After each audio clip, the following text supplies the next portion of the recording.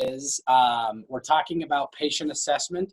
I came up with this idea a couple of months ago with my EMT class, calling this the EMS detective. Now, this slide is a little bit misleading. There's a little joke on this slide, but it says patient assessment done like an EMS detective, not a, and then there's that picture there. I meant to make that like a cookie cutter EMT. So that's a star of life that's meant for cookie cutters. So if you don't get the little subliminal joke there, that's what I'm talking about. This originally was for my EMT class. So I did some cutting and pasting and moving and manipulating and adding some things to make this more of just how can we get better at patient assessments and be better providers. So let's work through this together. So the first thing I want to chat about is whether you're a new EMS provider or maybe you have new EMS providers working at your agency, maybe you're a field training officer or you're an agency that tends to get fresh new green EMTs. I wanted to talk about kind of the foundation these EMTs are getting, and that of course are those wonderful NREMT skill sheets. Now, I hope you caught a little bit of my sarcasm there when I said wonderful. They are a good starting point. They're just not a really good thing to lean on, which we'll talk about. Sorry, I'm reading the chat here real quick. All right, perfect. Harrington, as long as you can hear us okay, that's good. If you have any questions, if you want to message the Northwest Telehealth host, they can get you any technical difficulties you might have. So yep, all good. Awesome. Perfect. Thanks, Harrington. I wanted to talk about those skill sheets for just 1 second. And what I wanted to talk about is I was presented this analogy a couple of years ago. Some of you might be familiar with Dan Limmer. He's an author on the Brady textbook side. He also is the creator and I think director of what's called Limmer Education. It's a company that does NREMT test prep and a couple of resources for EMS providers kind of all across the country. But he came up with this analogy, and I kind of grabbed a hold of it and ran with it one step farther than he did. But what I want to talk about is this idea that EMS providers are like a baseball. Now, what that means is baseballs can be different colors. They can have different markings on them, those kinds of things. But everyone kind of looks at EMS providers as one complete package. And, of course, in this analogy, what I'm talking about over here is this ball right here. So what I wanted to do is kind of unpack this a little bit. So let's back up with this baseball analogy. Let's say we took those red laces off, we unwrapped the leather, and then of course what we'd get to is we would get down to this twine rolled ball right here. And if we back ourselves all the way up, we get this middle cork. Now what's interesting about the baseball, whatever color it is, anything along those lines, whether it's a peewee baseball or a major league baseball, the cork is the foundational center of every single baseball. No matter what the color is, the cork's going to be the same. And what I hope you understand in this analogy is the skill sheets that we utilize in the EMT program, that we're kicking these EMT students out to your guys' agencies, is all of the corks are exactly the same. They have the same foundational knowledge. We've taught them all the very, very basic information, and we've built that cork. And then as we work through this, we wrap some twine around that cork, and hopefully what we present to you and your agency is an EMS provider that's got kind of the same foundational information. We've wrapped some twine around it, and we're starting to make a baseball. Now, as brand new EMTs, we should not be expected to be this nice, perfect, leather-wrapped, red-laced baseball, because that is what happens after, call after call, after being mentored by other EMS providers. But really, course completion is designed to kind of be this piece right here. We got some twine wrapped around it. It's pretty strong. We've got some good foundational knowledge, but it's really not designed to be this, perfect baseball seasoned EMT. So with that, I even wanted to talk about even us as EMS providers. A seasoned EMT should be this nice, perfect baseball. I like when we talk about, I mean, this right here, this white wrapped almost close to a baseball, I think is where a lot of us probably sit. Like most of us wouldn't say that we know everything we know, that we're perfect at this. So I wanted to kind of go back to some of that foundational things of EMS providers, and one of those was patient assessment. So that's where we're going to go. What I came up with is, again, a couple of years ago, I was getting ready to teach an EMT class, and I was talking about patient assessment. Of course, we have all kinds of difficulties with getting students to, we harp on them, memorize these skill sheets. Well, then you realize once you memorize those 41 points of that skill sheet, it doesn't really seem to correlate to what we do in the field. So I wanted to inspire students to learn this a different way. So literally, I'm not making this up when I tell you, I was laying in bed in the middle of the night, and I had this idea that came to mind of this analogy, and this is not the baseball analogy, but an analogy of how do we inspire new EMTs and even current EMTs how to be better at patient assessment. So I want to look at this as a different way. And what I want to talk about is I want to flip this around. And what I want to talk about is let's look at patient assessment as if we are interrogating our patients for a crime. Now, I don't want you like waterboarding your patients. I don't want you using bamboo shoots under their fingernails or anything along those lines. But I want you to look at this as your patients are hiding something from you. And you're going to, through questioning and taking vitals and things like that, you're going to pull this information out of that patient and utilize that to then accuse them of a crime. Now, of course, in this case, what we're talking about is we're going to accuse them of a diagnosis. And we'll talk to this process here in a second. And as I thought of this analogy, I literally woke up the next morning and I was like, okay, I'm going to run with this analogy. I'm going to build a PowerPoint. I wrote it down, and in my little notebook that I try to keep some ideas in. But I wanted to run with this just a little bit. So I did a little research, and what I actually did was, as weird as this sounds, I literally went to my trusty friend Google, and I Googled how to investigate a crime. Now, when you do that, I'm sure I've been flagged for some list on Google of I couldn't even imagine. I probably have people listening to my computer right now, besides the 27 of you guys.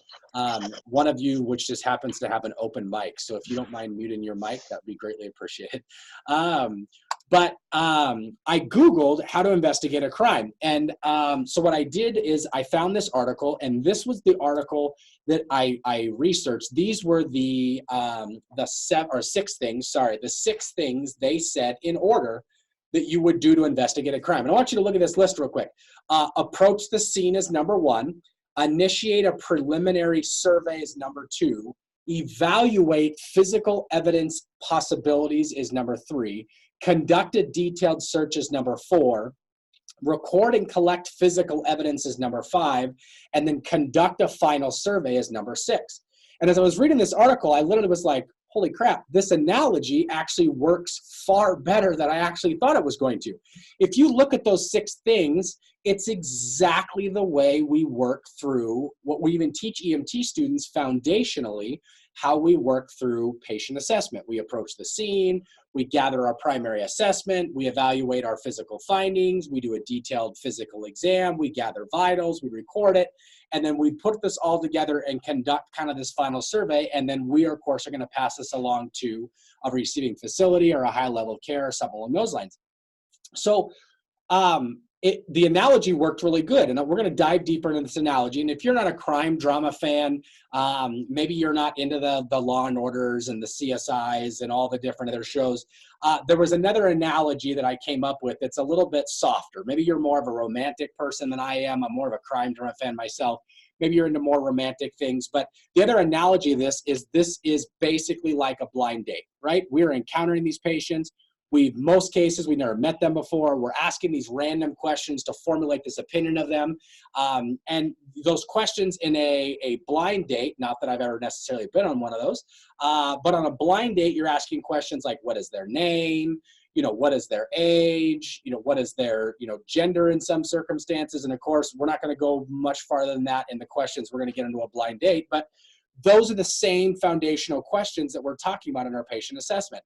what we've been telling EMT students is at the end of that blind date, you have to introduce this person to your parents. And of course, in this analogy, we're not talking about literal parents. I'm talking about that physician or that nurse that you're passing along this information to. And if you've ever had to give a report, there are certain questions that you ask during your patient encounter that you ask specifically for the reason that you know the hospital is going to ask that of you when you pass off that report. And if you're not on the transport side, you're on the fire department side, you know the ambulance is going to have a set of questions they want to have answers to when you arrive on scene or when they arrive on scene. So you ask some of those questions knowing preemptively what that person's going to ask of you. And that's exactly how I want you to think of this. And we're going to tweak that a little bit, of course, but that's what most of us do on a routine basis. And I just wanted to kind of remind ourselves of a couple of things. This is the NREMT way of doing things, right? It's sequential. There's, if you're looking at a skill sheet, there's 42 different possible points. You work through scene size up, primary survey, work through your ABCs, you work through your history, whether it's medical or trauma, you build those. You build your history, your medical, your trauma, your vitals, your reassessment. If you've never seen this before, this is a really good skill sheet to help through EMT students. If you got brand new EMTs working for you or something along those lines, if you look up vital recall, it's up here on the right-hand side. If you look up vital recall, you can look up their little medical and trauma skill sheets that just kind of change the way those NREMT appear. They're really good tools to help new EMTs kind of develop their own method, which we're going to talk about here in a second. But here's the problem with this. It appears like this is 1, 2, then 3, then 4. But I don't know about you, but I've been on plenty of calls in my short EMS career, and I have a hard time doing something that's sequential because in most cases, we do stuff simultaneously. We're not working by ourselves. We have a team full of people working through this. So I wanted to do something a little bit more that's a little bit more fluid. It allows us to kind of move through this in a little bit different way. And the first thing I want to take aim at is, sadly, the EMS providers, and I've been there in my career, so I'm not saying that I'm not above this, but there are EMS providers that lean on a crutch. And it's this crutch, they feel like they're super supportive, and it's something they learned in EMT class, and everyone wants to lean on it, and it's their little warm and fuzzy blanket. And what I'm talking about is everyone tends to lean on what the NREMT says is a baseline set of vitals. People tend to lean on sample and OPQRST. And they think right there that that is the complete and total assessment of a patient. Well, what are some of the things that you miss? If you just relied on NREMT vitals and sample and OPQRST questions, think to yourself, and you can type it in the chat window if you want to, but I'm gonna kind of answer it here in a second. What do you miss? What do you miss from your patients? What questions are you not asking? And in my opinion, that's what makes cookie cutter EMTs. If you rely just on those 3 things, you're treating every single patient and every single chief complaint identically. All of your questions are identically the same. You don't venture out into some weird or odd question you learned from a doctor or a nurse or another EMS provider who's mentored you through their career or something along those lines. You tend to miss some information. And I wanted to talk about some of the information that we missed. The first thing I wanted to take an aim at is OPQRST. And if you watched last season, I talked about this, and just by an interesting show of hands, because I got a couple of cameras up in front of me. I see Casey, and I'm sure you're at Grand Coulee, Casey. I see Harrington. I see a couple of people, but especially Colville. I think that's Colville's room, quite a few people there. Raise your hand in your EMT program if when you learned OPQRST, it had those 4 letters associated at the end of it. It's not OPQRST. It's actually OPQRST-ASPN. So raise your hand if you learned that in your EMT class. I want to just kind of see how many people. Ferry County, I see 1 hand. There's a lot of no cameras in this one. But what's interesting is, I just wanted to kind of see if anybody learned that. OPQRST was not designed to stop at those 6 letters. It was designed to have these follow-up letters on the end of it. So let's tear apart OPQRST first, and let's look at ASPN after that. First off, Let's look at O. And what's really funny is you ask people, and I encountered this being the instructor, of one of the EMT instructors here at INHS, is everyone has their own idea of what onset is designed, what question onset was designed to be. Now, this is just one article. I'm not telling you this is the only way, but onset is along the lines of, did your pain start suddenly or gradually get worse and worse? It's more of a, what were you doing when the pain started? Did something bring this on? Is this a acute problem? Is this a chronic problem, right?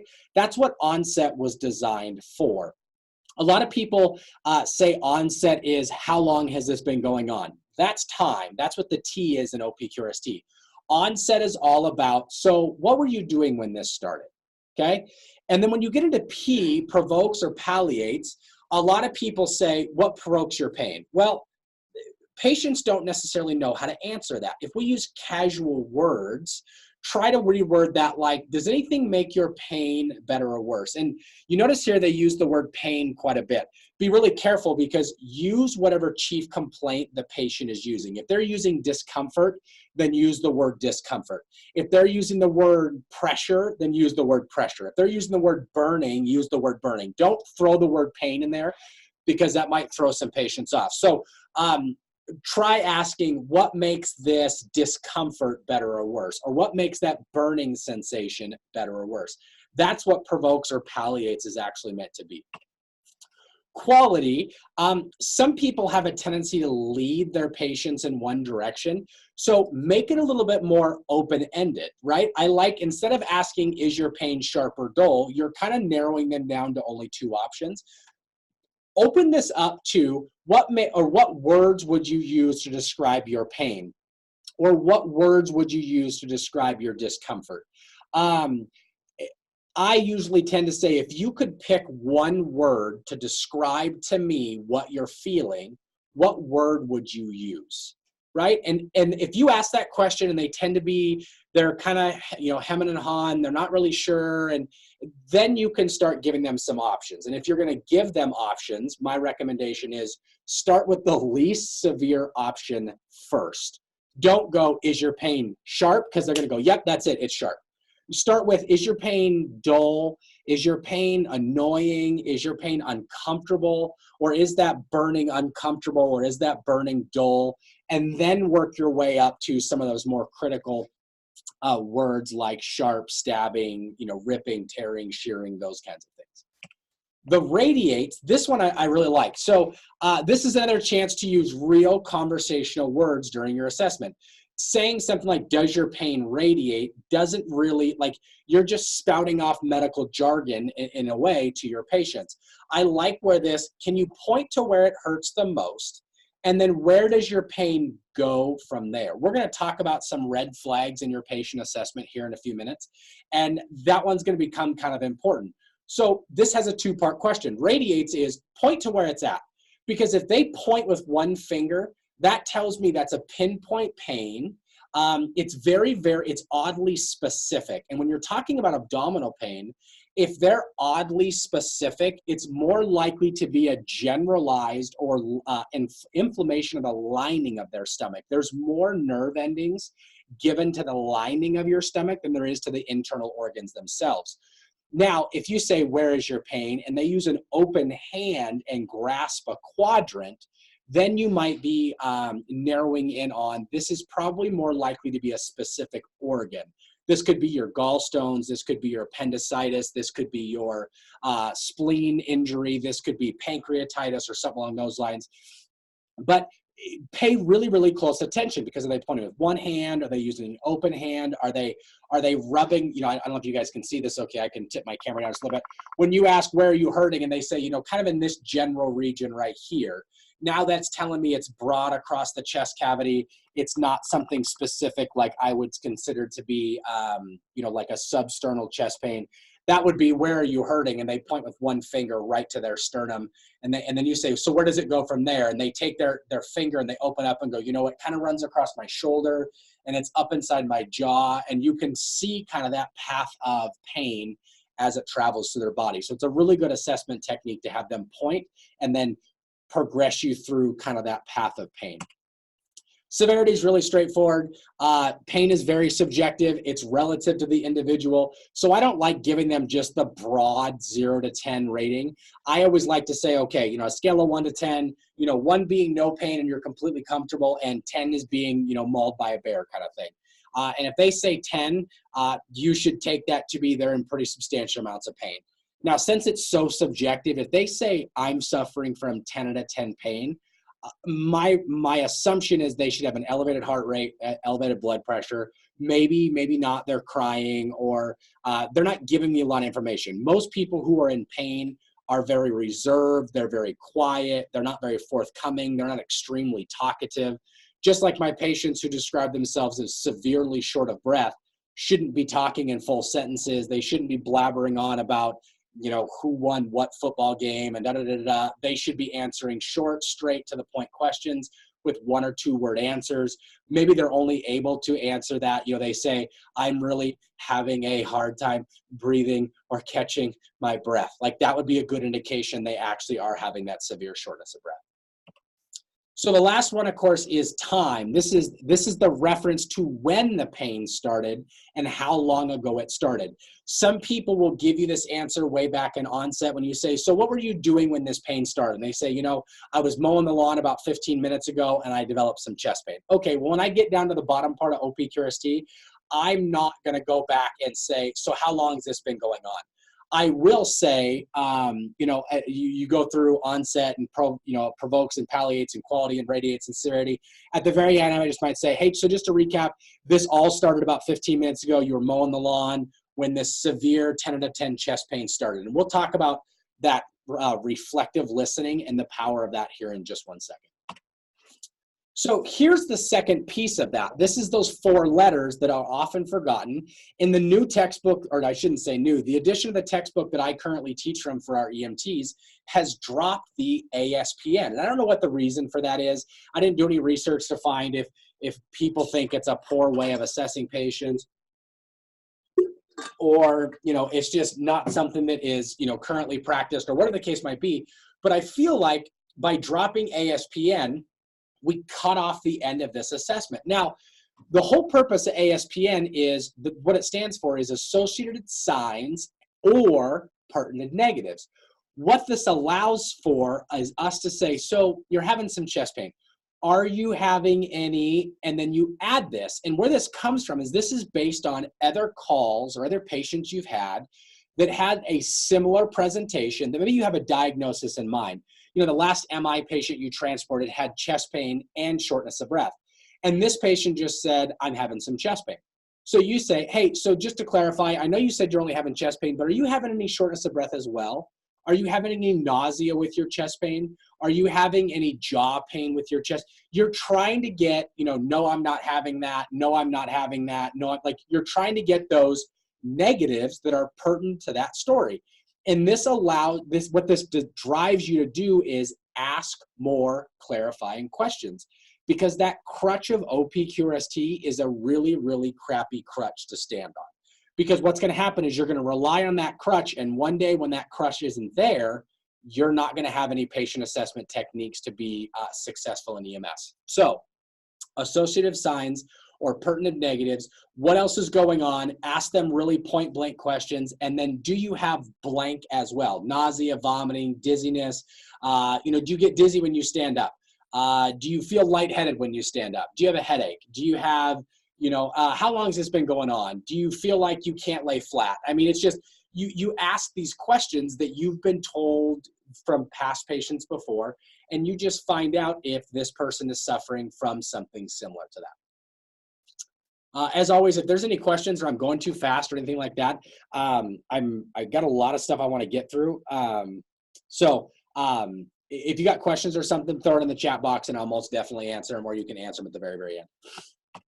So here's this. Here's the other problem I think that we do, and I love this picture. It says, "Do you think I talk too much?" I mean, people say I talk too much, but I don't think I do. I may talk a lot, but tons of people talk a lot more than I do, and you can kind of get the idea of this. But I want to ask you, and put it in the chat window or unmute your mic, but who do you think is the EMT in this picture? Which one of these people do you think is the right or the left? Which one of these seagulls do you think I'm referring to as the EMT? Take a guess. Put it in the chat window or unmute your mic. Harrington EMS, man, you guys are adjusting as always. Yeah, Dave, and I'm not sure what your fire department is, number 12. Yeah, we're the person on the right, right? Katie Brown on the right, Julia, nice job on the right. Yeah, we're the ones on the right. We have all these lists, and we've got all these great questions we want to ask, and we just ask. And what's funny is you get to the end and you got all this information, but what do you actually know? If you went on your blind date, the next time you went on a blind date, or the next time you were in a conversation, if you were the only one asking questions, or you were the only one speaking, then think of how the other person would feel. So in this case, I was reading this article because I was looking at patient assessment and so on, and there's this book, I guess, and I know nothing about this book other than it was referenced in this article, but this book called Every Patient Tells a Story. Dr. Lisa Sanders, who's the author of this book, discusses the idea that patients spend a significant amount of time crafting the narrative of their illness and the events leading up to their symptom onset. And if you think about that, they've gone through this whole process. They've had some sort of injury or illness, and maybe they've spent a couple of hours. They've been thinking to themselves, you know what, it's no big deal. I'll just sleep it off. So I took a nap. And then that didn't work, so I drank some milk, and that didn't work. I took some aspirin, that didn't seem to work. You know what? Now I'm starting to feel bad enough. I'm going to go ahead and call 911. Okay? And we get there, and we ask these very, very specific cookie-cutter questions, and we just ask without ever listening to the answer. And there is absolute value in when you ask a question, and I don't mean this abruptly. In fact, you know what? I do mean this abruptly. When you ask a question, shut up and listen to the answer, right? When you ask them, what were you doing when this started? Listen to the whole story.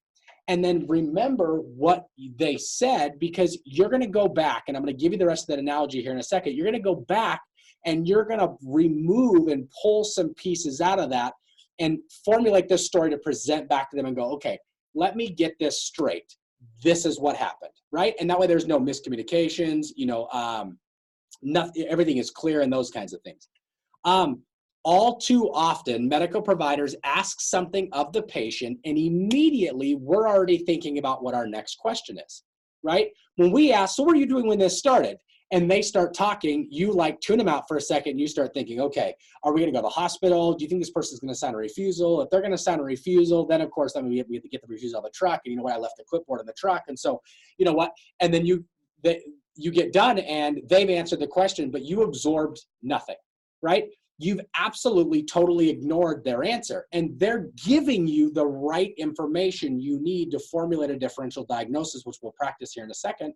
And they're giving you all the evidence that you need to prove they're guilty of chest pain, or I'm sorry, guilty of a heart attack, or guilty of congestive heart failure, or guilty of diabetic emergency, or whatever the case might be. So the next time you ask a question, make it a rule that, you know what, turn the radio down that's on your belt so you're not listening to other calls going on in the county. Devote 100% of your attention to the patient. And when you ask a question, listen, shut up and listen to their answers every single time you ask one of those questions. So let's go back to that crime analogy of interrogation. I don't know about you, but one of my absolute favorite shows is The First 48. If you haven't seen that before, I can't remember what channel is it on, but it's real life, right? So they're presenting to you these murder investigations, and they let you listen to and walk through this investigation in the first 48 hours of these homicides and murders and so on. And what's always really interesting to me is when they get a suspect or they're ruling out suspects, they put them in the interrogation room like you see in this picture, and they ask questions. And I want you, next time you're watching one of those shows, especially the real ones, not the Law and Order and things like that, but look at how they use silence. When they ask a question, they stop talking. and they let that person answer the question, and then they kind of think to themselves and formulate their next question. It's almost like they're asking questions that are related to the answers of what the patient, or in this case, the suspect, gave them. It appears like they're not canned questions, like sample and OPQRST.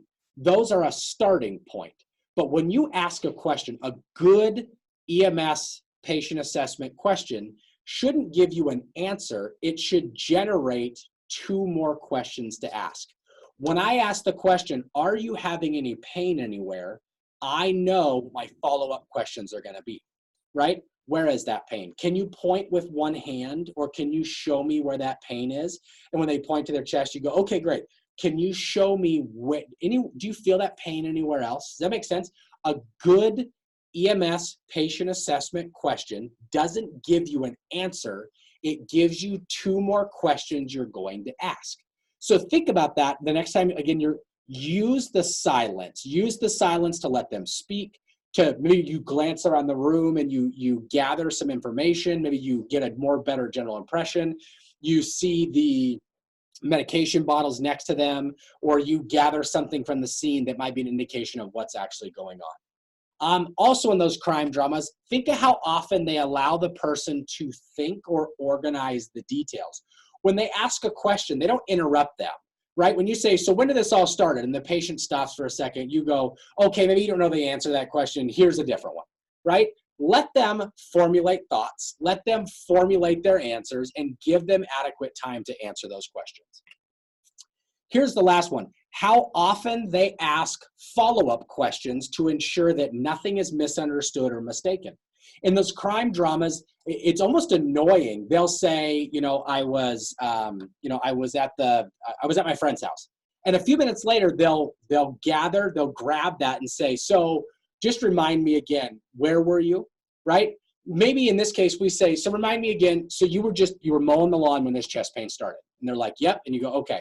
And then a few minutes later, you're like, so 15 minutes ago, you're mowing the lawn, you developed this chest pain. So then what did you do? I'm kind of a little bit confused. We showed up and you were in the house. So did you wait a few minutes to call 911?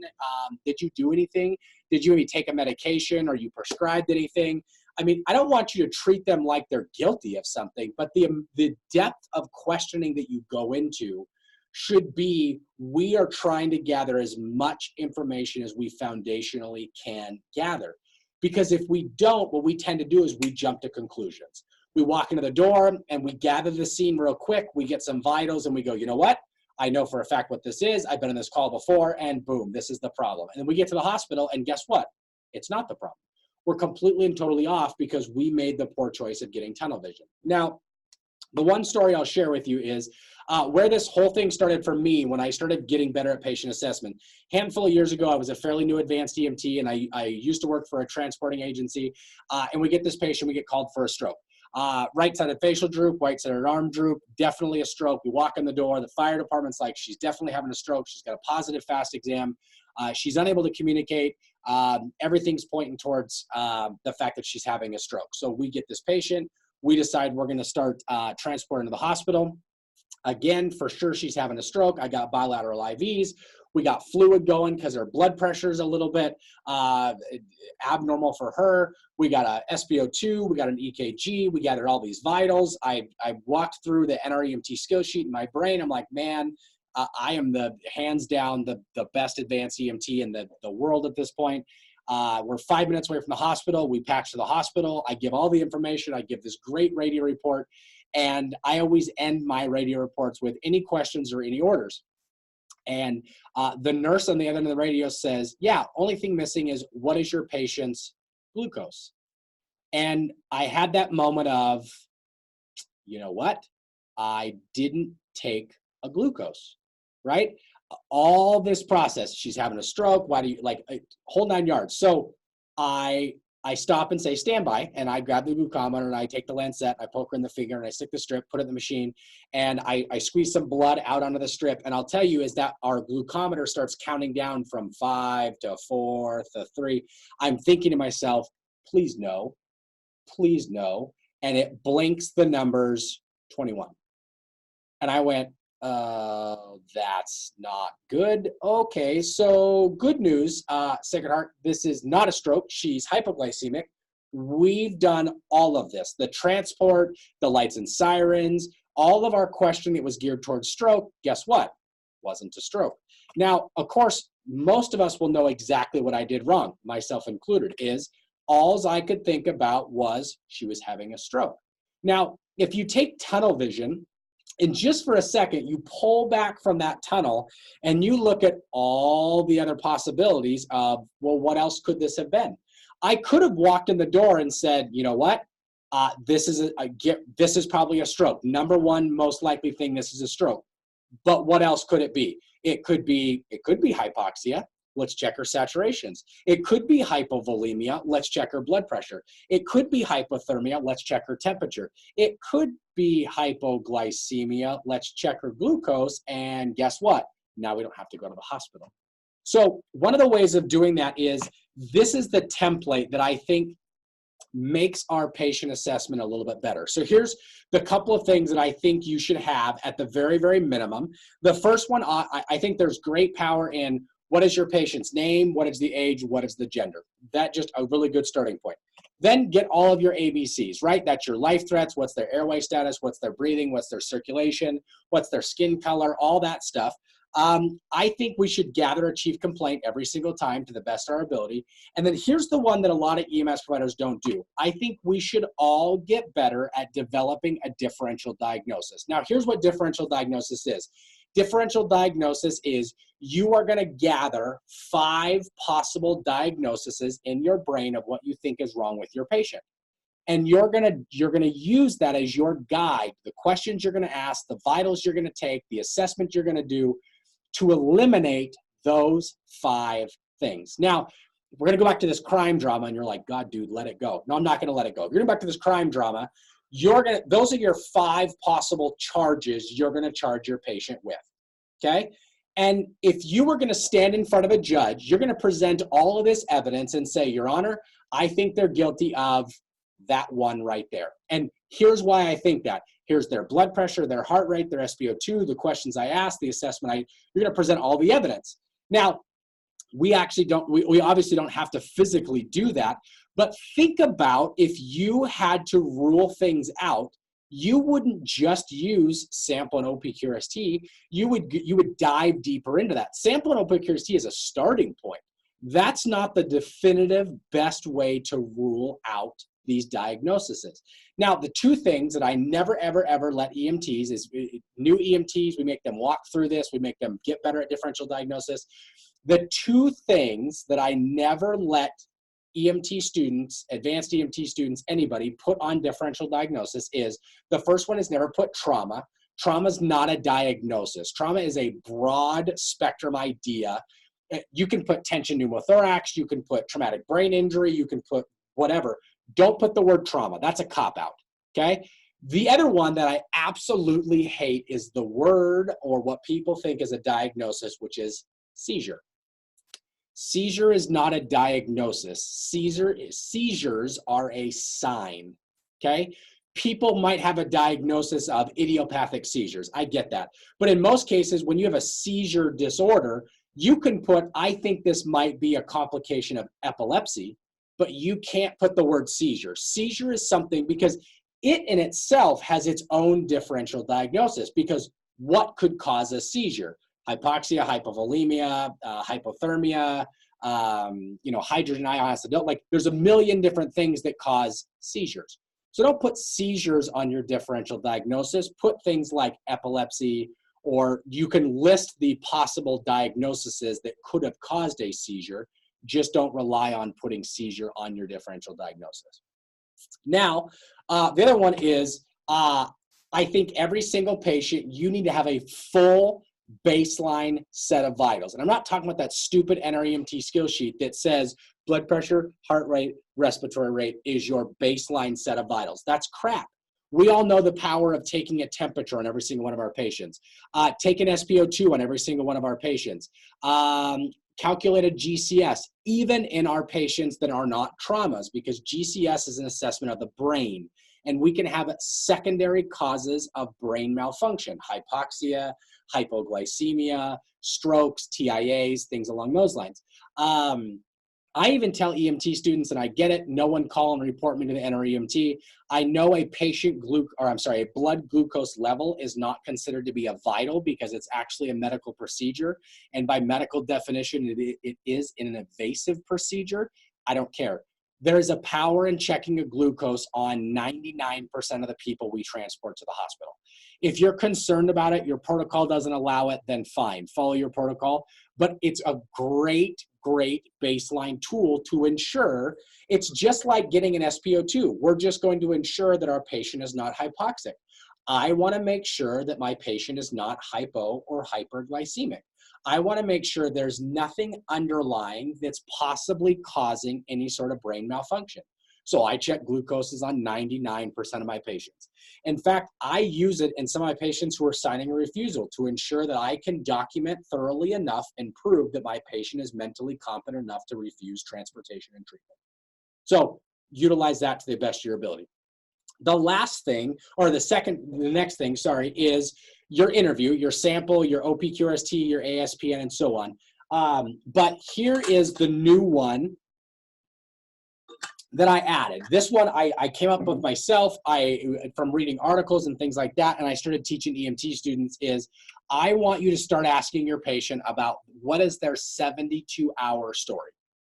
Okay, so go through name, age, gender, ABCs, chief complaint, differential diagnosis, formulate all that, get your vitals, do your crutch sample, OPQRST, ASPN, and then I want you to ask your patients, hey, you know what? While we're transporting to the hospital, or maybe you're waiting for an ambulance, or you're like poor Dave up there who's got they're up in Rice and they could be waiting I don't know how long for an ambulance.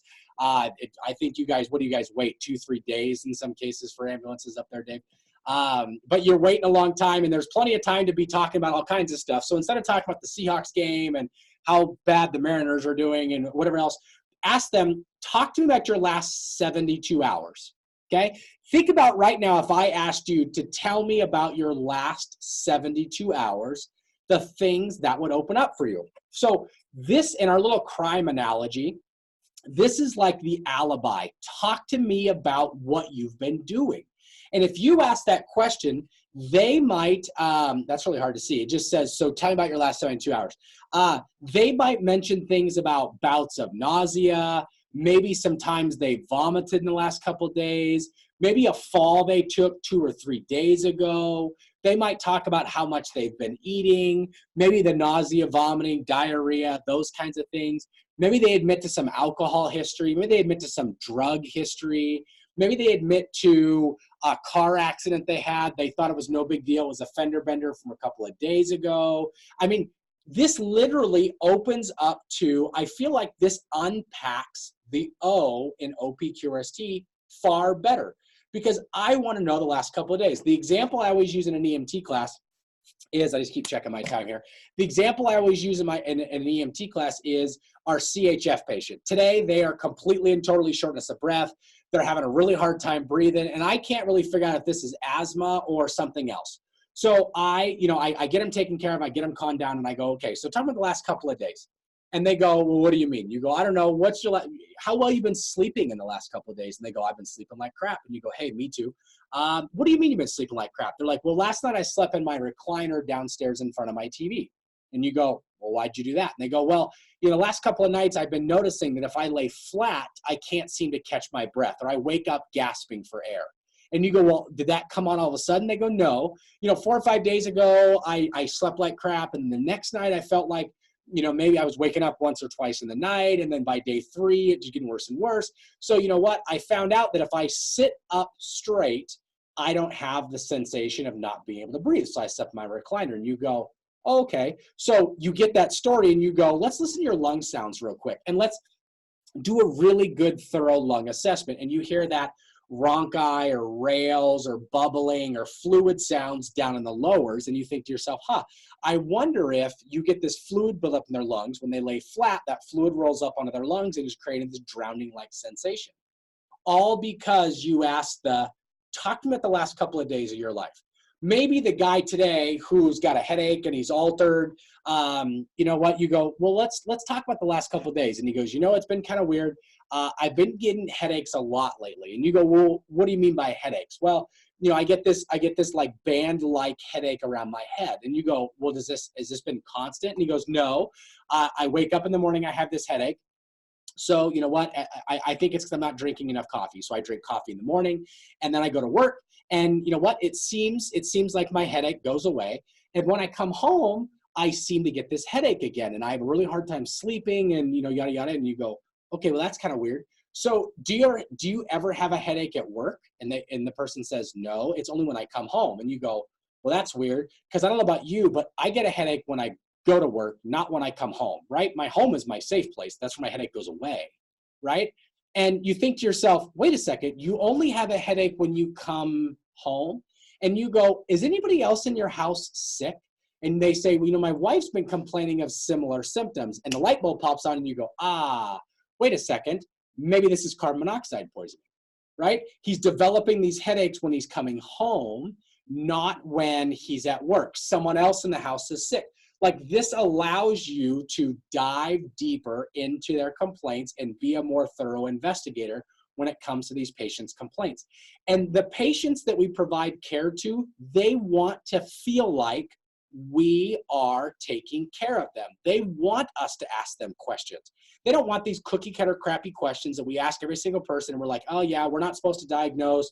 We get yelled at for that. We learned in our EMT class that EMTs don't diagnose. We're just EMT basics. So what actually can, that's all crap, right? Those are all cop-out excuses. We should be providing good patient assessments to all the patients that pay for our services in one way or another. Now, when you're developing this, this differential diagnosis, my recommendation is you physically write it down. Write number 1, number 2, number 3, number 4. Get a little flip notebook. You know, if you police officers are probably the best people at this, where they have the same little spiral notebook. They write information in. Jot down your differential diagnosis, and then what I want you to do is you're going to, just like in these crime dramas, you're going to start connecting the dots. Okay, so this chief complaint, this heart rate, this blood pressure, this SpO2, this glucose all lead to this one right here, and this, and this leads to here, and so on and so forth. Okay, and you're physically going to, like, blackboard, whiteboard, whatever. Brand new EMTs, I always tell them when they're studying to stop studying and memorizing facts. To hell with that crap, that's not the NREMT. The NREMT is going to ask that you assess and treat patients with critical thinking. So go home and take chest pain and borrow a dry erase marker and go in your bathroom and write everything you know about chest pain. How would your patient present? What would their vitals be like? What questions are you going to ask? What is your treatment? Memorize how to unpack every single diagnosis in that textbook.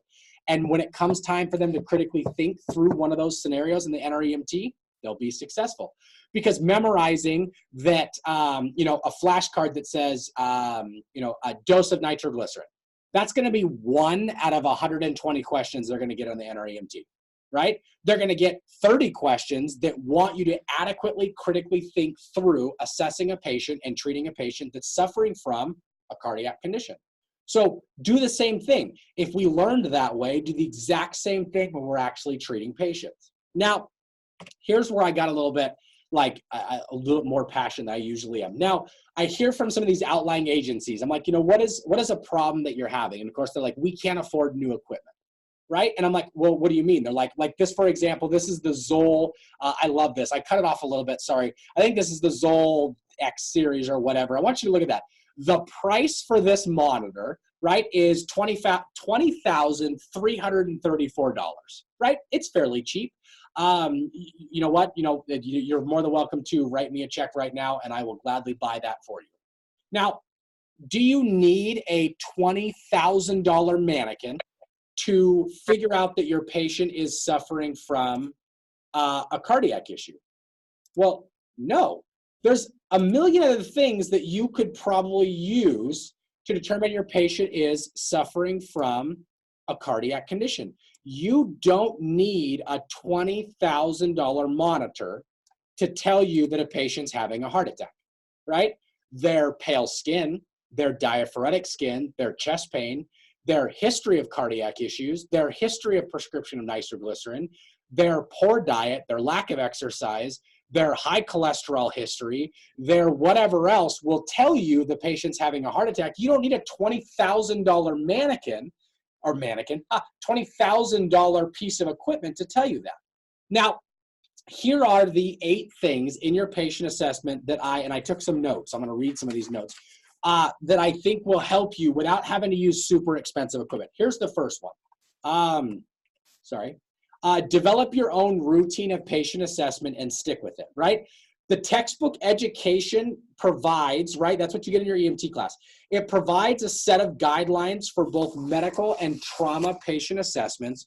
Now, this material should be memorized in exact sequence for testing purposes, but once you get out in the field, develop your own pattern of patient assessment over time to ensure that a thorough assessment is done and critical components don't get left out, like checking a glucose on your patient to ensure they're not hypoglycemic versus having a stroke, because that was a fun conversation. Here's the second one. Patient assessment is an EMS skill, and it serves as the foundation for all treatment decisions. I don't think I need to go much farther into this, but I feel like EMTs, we slack on our patient assessments because we're like, well, we can't diagnose and we don't have a whole lot of treatments. That's crap. We can ask good questions. We can assess thoroughly. We can develop a differential diagnosis and walk into the hospital saying, hey, doc, I think there is a possibility this patient is suffering from these couple of things. Maybe you've done so well in your differential diagnosis, you walk in the hospital and say, hey, doc, hey, nurse, call them by name, obviously, but you say, hey, Susie, we've been having this patient develop some chest pain. He was mowing the lawn. He's pale, cool, diaphoretic. It's a 9 out of 10. It's crushing. He took 1 nitro. He's got a history. We assumed he was suffering another heart attack, so we went ahead and administered 0.4 milligrams of nitroglycerin sublingually. We gave him 324 milligrams chewable baby aspirin on scene, and we came here, code 3 lights and sirens. Any questions for us? Right? There's nothing wrong with what you said. You didn't diagnose the patient. You used the right words. We think. We assessed and found this. And don't be afraid that maybe you walk in the hospital and say, hey, Susie, you know what? I got this patient. He's altered. We have no idea what's wrong with him. But you know what? We checked his glucose. We checked his SATs. We did a GCS. We developed a thorough history. He's had no slips, trips, falls, head injuries. He doesn't have any bruising behind his ears. He doesn't have any bruising around his eyes. His wife said this was a sudden, and the FAST exam was negative, and you just present all the evidence and say, Your Honor, I don't have a frickin' clue what this person is guilty of, but that's your job, right? We've done our due diligence and our thorough assessment and developed a differential diagnosis and worked through that. And we found that they were not suffering from one of the critical things that we can absolutely treat. Therefore, here you go. Here's your patient. Taking a thorough history is important on every single call. I don't care what call it is. I don't care if it's 4 in the morning, 3 in the morning, 2 in the morning, 1 in the afternoon. You're hungry, you're tired, you're not, whatever. I don't care.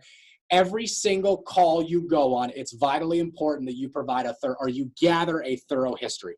Don't slack off on, oh, this patient never goes to the hospital. This patient always has a hypoglycemic emergency. This patient always is intoxicated. Don't get caught up in that. Every single call, you do a thorough and complete history, so that way you don't miss something. And I'll tell you, the ones that I feel like we should be the most thorough on is our refusals of treatment and transportation. Because you want to make sure you have absolutely all the information to ensure that your patient is legally and medically able to refuse that treatment and transportation. The next one is, throughout this, speak the patient's language. Don't use a bunch of medical crap that you learned in your EMT class. Get good at using different words, other ways of describing things, and things along those lines. Pay attention to your general impression of the patient. It normally is right. What I wrote down here is, while many instructors no doubt try to stress the importance of overall patient care, the fact typically goes underappreciated until providers start to interact, assess, and treat real patients. we can't adequately, as instructors, prepare students to work off a general impression. Because in most classrooms, we bring a student in and say, here's your mannequin, right? He's been shot 9 times, go, right? Develop skills to help new providers, mentor new providers in the art of the general impression.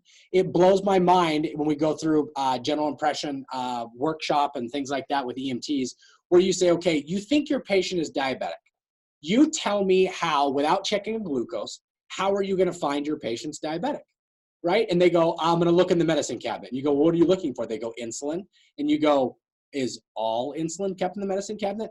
Yep. Wrong, right? If you're going to look for insulin, don't forget to check the fridge, right? Where are medications kept? Oh, that, you know, people keep them in medicine cabinets. What about beside their bed? What about in their purses? What about in their glove boxes? You know, there's nothing wrong with us doing a little investigation techniques through patients' houses to develop a good, thorough patient history and assessment of what's going on. So don't be afraid to shy away from some of those things. Make a thorough assessment of the patient's mental status.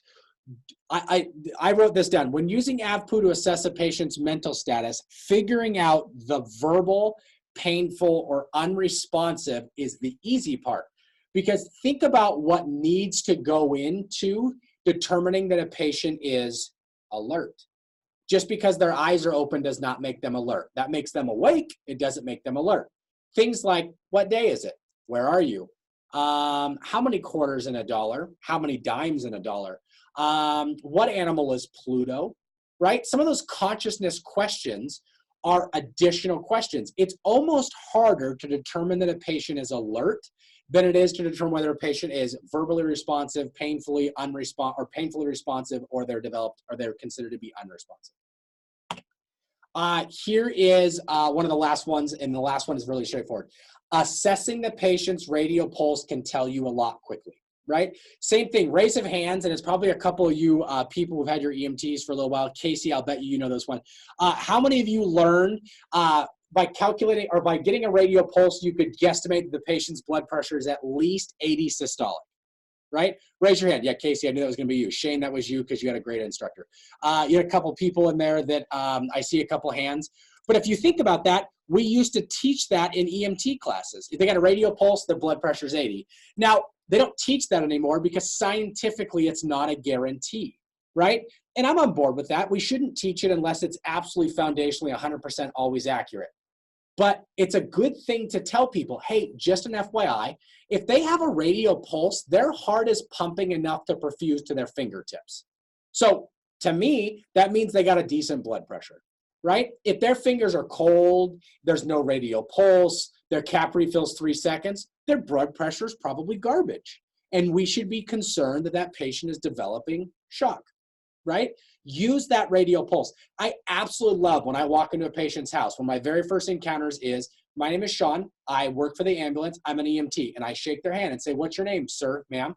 And when they shake my hand, I say, it's very, very nice to meet you. What's going on today, right? What seems to be the problem?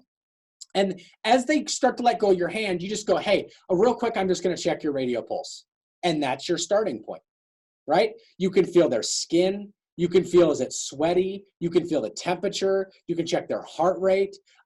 You now control their hands. God forbid, you know, something goes wrong and they start to get combative. You're now in control of their hands. There's a million good things about that handshake. That's a really good thing to start there. The last thing in this list is learn to adapt and overcome. If you learn this one specific way, you're going to be unsuccessful. Because what's going to happen is you're going to walk into a house and your patient will be unconscious. Well, you better find a different way of assessing that patient, okay? Because you don't have these crutches to lean on. Sample and OPQRC aren't there. You're going to have to search their house. You're going to have to look for track marks. You're going to have to look for bruising. You're going to have to develop some sort of alibi without them actually telling you. Maybe you have to interview some bystanders. Maybe you have to bring family into the picture. Those things then become vitally important. So more along the lines of treat your patient, not your equipment. I wanted to give you some things that are good rules of thumb, some things that you might have learned, maybe you don't know, but I want to talk about a couple of these. Here's the first one, Cushing's triad. right? Cushing's triad is a set of 3 vitals that could tell you your patient might be suffering from increased cranial pressure. Now, maybe this is the patient who's slightly altered, and this patient called today, or I'm sorry, this patient's wife called today and said, you know what, my husband's acting really funny, and here's your patient. And so you take the 3 vitals. Now, the 3 vitals that are encompassed in Cushing's triad is the 3 red flags: a hypertensive blood pressure, bradycardia, and a slow or irregular heart rate.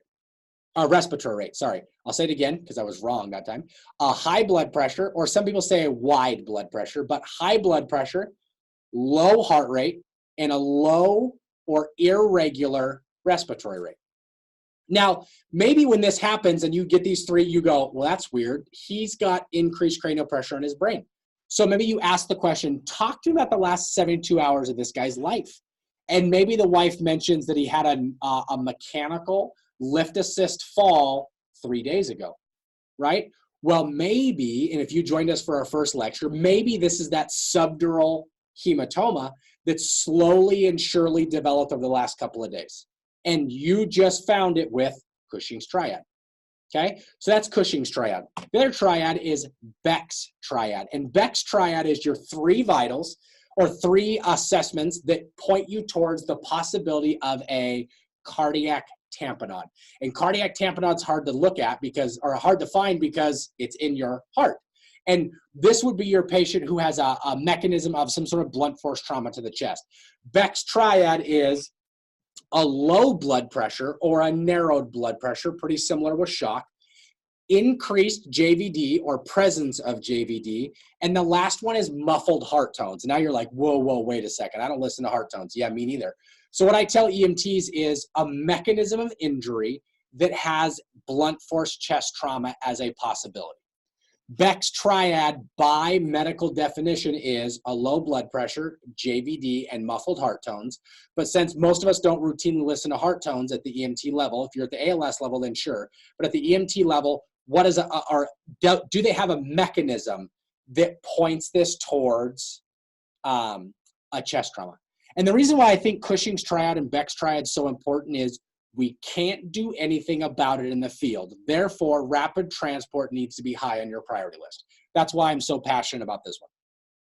Here's the next one. And this was really cool. I learned 2 really cool stethoscope techniques or tricks that will help you diagnose possible long bone fractures. Believe it or not, you can hear or at least use it as a diagnostic tool. The first one is our femur and hip fractures. So what you do is you take the bell of your stethoscope and you put it on the pubis symphysis of your patient, okay? And you put the hearing ends in your ears, and you're gonna take your fist and you're gonna knock on the patella.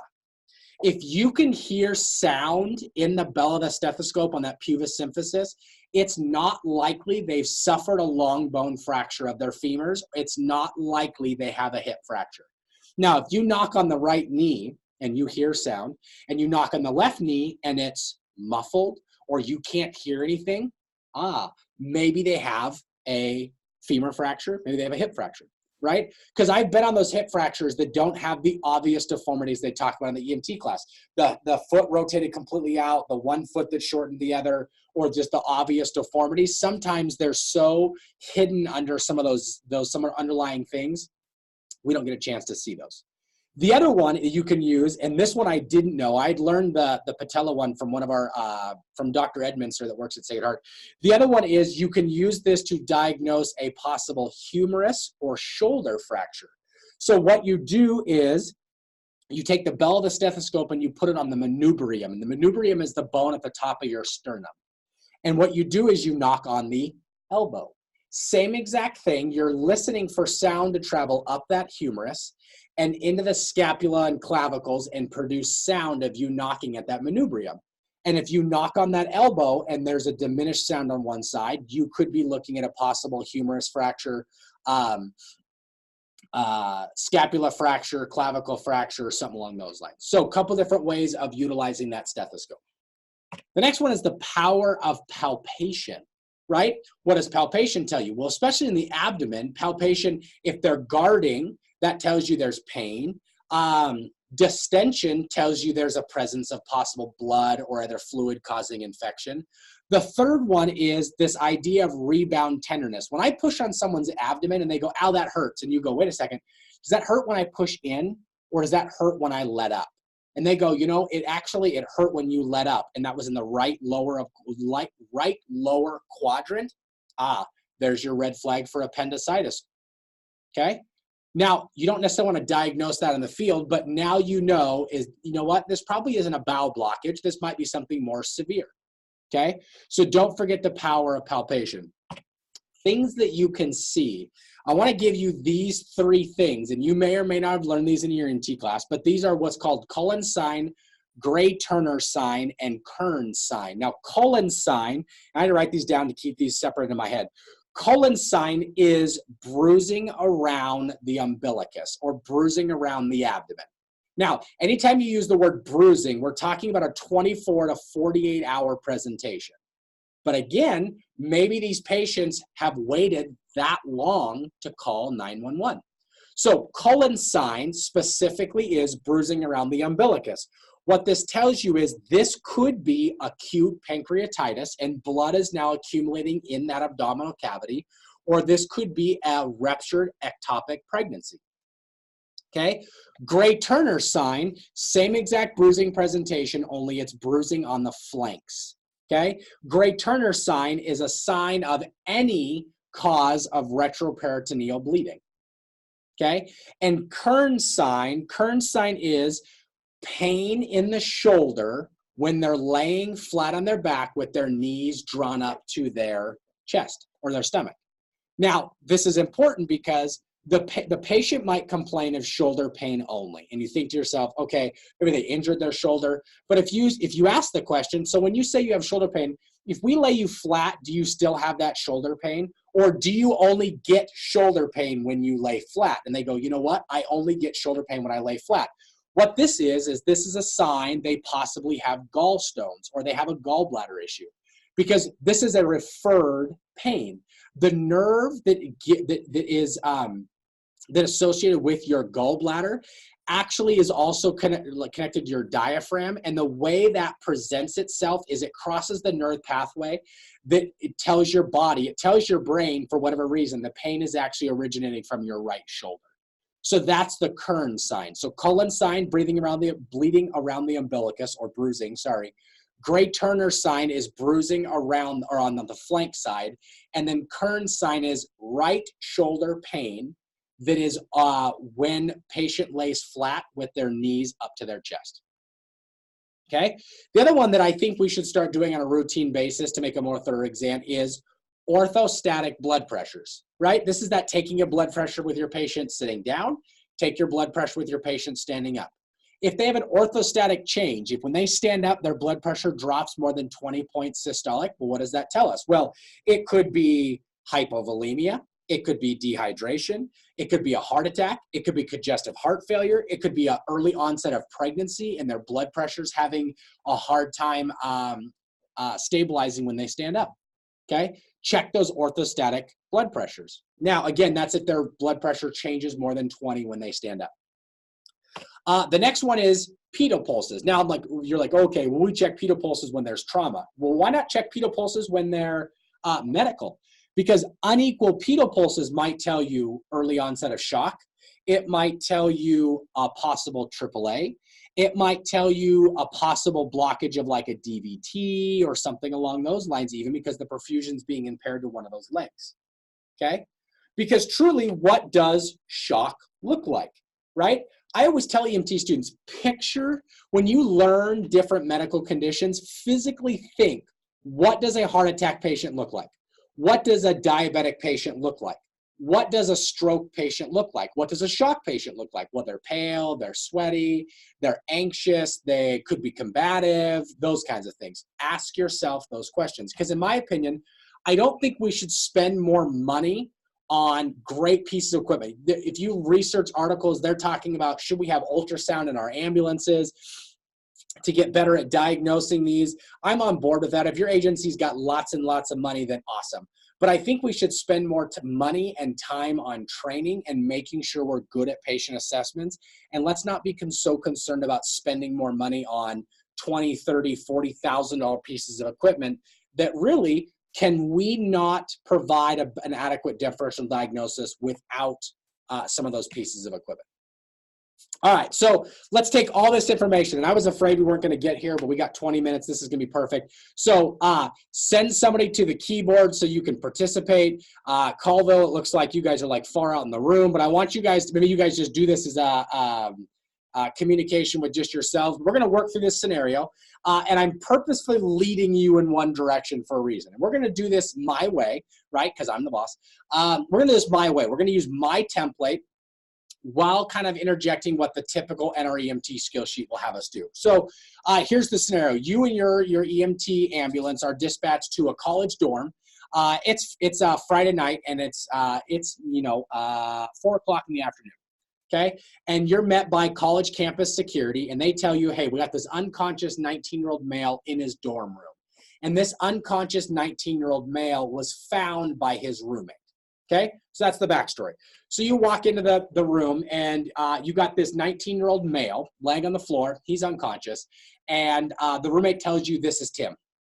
Tim is unconscious.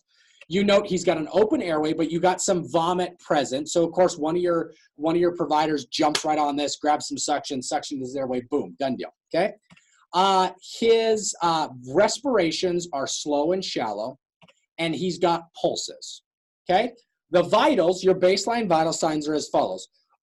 We got a heart rate of 100, we got a respiratory rate of 4, and we got a blood pressure of 118/78. Another one of your EMS providers, probably the same guy who suctions, goes, yo, I got the BVM, hooks it up to 15 liters under a breather, starts bagging her patient, because that's a rate problem. Oxygen itself's not going to fix it. We got to breathe for him. Problem solved. Okay, we take over his breathing. His saturations, before you jump on that, his saturations are 90% room air. Okay, great. So we got the 15 liters attached to the under breather. We're taking care of that problem. So now you've blown through most of our NREMT skill sheet. We've got a lot of the things we need to have. So we start, because we're borderline good EMTs, we start going through our sample question. And I don't know about you, but you're not going to gain a whole lot of sample questions from Tim on the floor there who's barely breathing. So you direct your attention to the roommate and you go, hey, yo, what do you know about Tim, right? Does Tim have any allergies? And the kid says, no, I don't know. And you go, does Tim take any medications? And he goes, nah, I don't know. And you go, does he have any medical conditions? And he goes, I don't know. And you go, you don't know a whole lot. You're kind of worthless. What's the deal? And he goes, well, we just moved into this dorm together about a week ago. So I'm really just getting to know Tim. I do know that Tim doesn't have a class in the morning. So when I got up this morning, he was laying in bed. I went to class, I came home, he was laying on the floor of his bedroom. Okay, great. You start going, well, what can you tell me about the last couple of hours with Tim? And he says, you know what? I think Tim's into drugs. I did catch Tim shooting up in the bathroom the other day. Okay? And you go, okay, fair enough. I'm not a cop. I really don't care. Thanks for providing that information.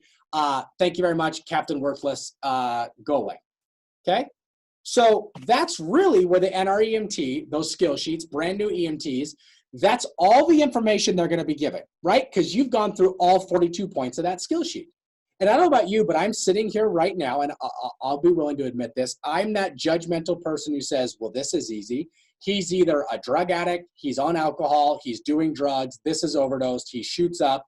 This is just Tim. Tim's a raging drug user, and we're going to give him Narcan and problem solved, right? But what are we missing right now, right? We did baseline vital signs, but let's build a differential diagnosis, right? Maybe we say, okay, it's likely he's a drug user, but Harrington EMS, you're asking the question, is he diabetic, right? And we're going to get there. Ferry County EMS, check his eyes. Ooh, there's a good thought, right? With a differential diagnosis, what's our 72-hour story? What's this kid been doing for the last couple of days? I'm not sure what those letters, SGCAS, not sure what that is, but blood glucose level is what they said, okay? And again, the big thing is, what are the real baseline vitals? Plentywood, Montana, I think that's where you guys are from. CO poisoning comes into question, right? But let's build this for a second, right? So bear with me because I'm going to have to like draw this. But someone, let's build a differential diagnosis. Someone give me 5 possible diagnoses this could be. Now, let's just go out on a limb here and say overdose is probably on our list. Okay? Ooh, I can type. This is going to be way better. So start in the chat box real quick. I'm going to put some of the things that you put down there, right? So we know overdose is a possibility. Let's see here. CO was, whoops. CO poisoning was one of them. Julia, barbiturates, anxiety medications. Nice work. Megan, you can't put trauma on there. I don't know if you missed that part, but you absolutely can't say that. It's not a diagnosis. Got to give me something more specific. Hypoglycemia was on there. We got this, some sort of poisoning of or overdose sorry, my phone died. It's okay, Megan. I'm just picking on you a little bit. Overdose of, anxiety medications or something along those lines. We got hypoglycemia up there. Head injury, that's a good one. So let's go traumatic brain injury. So let's just start there for a second. So if we were going to develop this, we'd go, okay, well, what evidence would we have to prove this is an overdose? What evidence would we have to prove this is carbon monoxide? What evidence we have to prove hypoglycemia and overdose and anxiety meds and traumatic brain injuries and so on? So it allows you to start diving deeper into this, right? So let's take a look at what we have. So eraser, let's get rid of this. So let's look at a couple of things, okay? So let's go the 72-hour story first, right? So you go, okay, Captain Helpful, what have you guys been doing the last couple of days? And he says, you know what? We had a party at our dorm room about 5 days ago. And Tim, not a big drinker. I did learn that. Tim didn't have a whole lot of alcohol. But that was kind of what we did. And you go, okay, well, the last couple of days. And he says, we play in this league volleyball on Thursday nights. We played last night. Tim only played 1 game, and then he decided to sit out. When I came home, he was icing his knee, and I didn't think anything of it. Maybe he tweaked his knee. When I woke up this morning, he was in bed, and he, when I came home from class, he was unconscious on the floor. Okay, you check his glucose. And I'm gonna see something here if I had this glucose written down. You check his glucose, and his blood glucose level is 30. You check his temperature is 98.6. You check his pupils, and his pupils are pinpoint. Okay, so now SGCS put pulmonary embolism or DVT. I like that one as well. So now you got 2 problems. He's hypoglycemic and he's got pinpoint pupils. So, well, do we give him Narcan? Do we give him glucose? Well, the sad part is at the EMT level, you're kind of hosed, right? He's unconscious, therefore you can't give him oral glucose. But what's interesting with this is, let's say you're an advanced EMT or a paramedic and you give him D50, or let's get real, you're a great provider, you give D10, right? Because D50 causes too much of a spike and can cause some complications. So you give him D10 and the patient starts to wake up. You didn't give him any Narcan, but his pupils were pinpoint and you gave him a little bit of sugar. If you listened to my lecture last year, or it was actually in June, the last season, I talked about only giving Narcan for the specific reason of making them breathe better. Because this kid is not overdosed. This kid is hypoglycemic. You give him that, sugar, and he starts to wake up. And you start going, hey, Tim, hey, man, it's really good to see you. So what the heck, dude? And he goes, well, you know what? I'm type 1 diabetic. I must not have eaten like I was supposed to last night, and I had a diabetic emergency. And you go, well, your pupils were pinpoint, right? And he goes, I was playing volleyball last night, and I hurt my knee. And I had a knee surgery a couple years ago, so I kept some of those hydrocodone. I came home last night, and I had a hydrocodone. I woke up this morning, I had another hydrocodone, right? You could have given this kid Narcan, and guess what? It wouldn't have done anything because he's not overdosed. He was hypoglycemic. And the sole purpose of this really is, what can you use to help prove or disprove your differential diagnosis? what evidence do you have that you could drive good thorough patient assessment, right? That's all I got for that, like that scenario. I just think it allows us, if you build differential diagnosis, if you build a list of 5 things, it prevents tunnel vision, it drives more thorough assessments, and it makes you a non-cookie cutter EMT. Okay, so that's all I got. If you looked at the post-test ahead of time, you found some kind of meant to be some comical questions, mostly because I really didn't want to make this about the post-test, right? So here are my 3 questions I came up with. True or false? In order for OTEP to count for OTEP in Washington State, you have to have a post-test, right? A post-test. True or false? Who knows the answer to this? Someone type it in the box. Maybe you don't know the answer to this. Those of you in Washington State, OTEP, you know what those letters are. How's this? The answer is true. Step till fire. You're right, true, right? The reason why we have these post-tests at the end is not to test you. And this one, it's a post-test question, right? So the next question is true or false. The only reason we always have a post-test at the end of EMS Live at Night is because it's required. True or false? What do you think? Obviously, it is true, right? No, Jeremy, it's actually true. The only reason we have post-tests at the end of these is because it's required by Washington State. So it is true. That's the only reason we have post-tests. I don't like testing students. I don't like written test questions. I feel like, you know, it's a bad way. I like recapping. I like communicating. I like talking. I like having those little side conversations. Much more fun. Here's this one. True or false? We as EMS providers can all get better at interrogating patients. There you go. Oh man, now you guys want to talk. True, true, true, true, true. I don't think there's anybody here that admits they are a perfect baseball. I think there's some of us that are like, you know, I got a pretty good wrap of twine, and you know, if you hit me real hard, I wouldn't unravel, but I definitely got some room for improvement. And I really hope tonight the recap of some of that Beck's triad and Cushing's triad and things to do with the stethoscope and assessment techniques and the power of the 72-hour story, I really hope some of those things really helped you and kind of re-engage you in a couple of those patient assessment techniques. Now, how many sites are on tonight? There are 23. Now, the next EMS Live at Night, October 24th, we're doing something we've literally never done before, and this is not a sales ploy. Dr. Sparrow, who most of you, or I'm assuming none of you have ever heard from before, except for Dave, I think he was in your PHDLS class. Dr. Sparrow is going to present from Canada on penetrating trauma. Dr. Sparrow is a physician that responds from his home on the EMS calls to treat patients. So for the first time ever, we're going to have him broadcast from Canada. So EMS Live at Night, for the first time in the history of EMS Live, is going to go worldwide. We're just going to use that as a sales ploy. It's going to work great. Mark is already cringing because I'm sure we'll have all kinds of technical difficulties because Canada doesn't have the same clocks we have. They don't use the same measurements. I'm pretty sure they just got power. All of their hockey teams suck, so I'm sure that's just a tragic, tragic thing for them. But Dr. Sparrow is going to present on penetrating trauma. It's going to be awesome.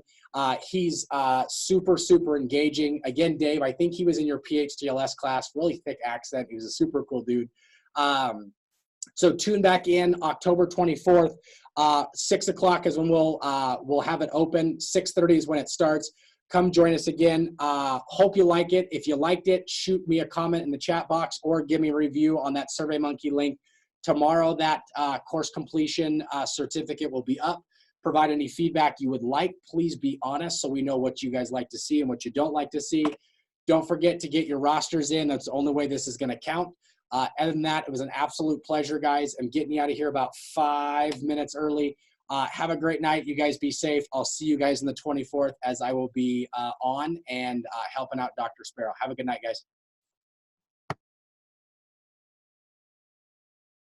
Good night.